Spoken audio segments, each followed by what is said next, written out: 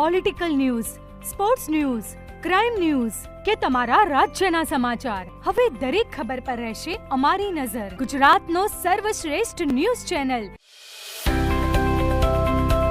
પાટણ સમીપના અનાવડા સ્થિત હરિઓમ ગૌશાળા અને ગૌશાળા હોસ્પિટલના લાભાર્થે તારીખ 1 ડિસેમ્બરથી તારીખ 7 ડિસેમ્બર દરમિયાન સુપ્રસિદ્ધ કથાકાર રમેશભાઈ ઓઝાના વ્યાસપીઠે શ્રીમદ ગો ભાગવત કથાનું આયોજન કરવામાં આવ્યું છે.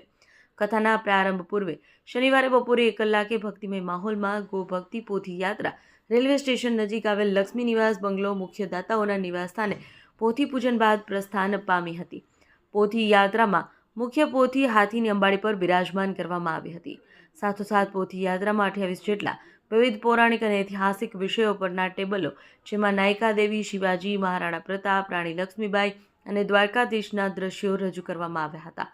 આ ઉપરાંત શહેરની 8 જેટલી સ્કૂલો અને મંદિરોમાં ટેબલો પણ જોડાયા હતા. પોથી યાત્રામાં નાસિક ઢોલ, લાઠીના દાવ, 2 ડીજે પર લાઈવ ગાયક કલાકારો દ્વારા ભક્તિ સંગીત સાથે 2 બેન્ડ પણ જોડાયા હતા.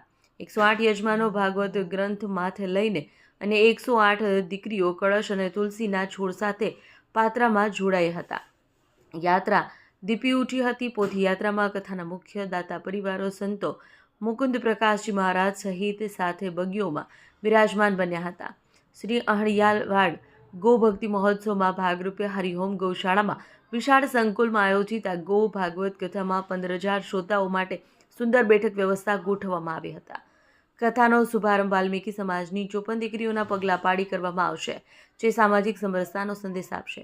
શનિવારે રેલવે સ્ટેશનથી નીકળેલી પોથી યાત્રામાં રંગીલા હનુમાન મંદિર સુધી પાટણની વિવિધ સંસ્થાઓ દ્વારા સેવા કેમ્પનું આયોજન કરવામાં આવ્યું હતું.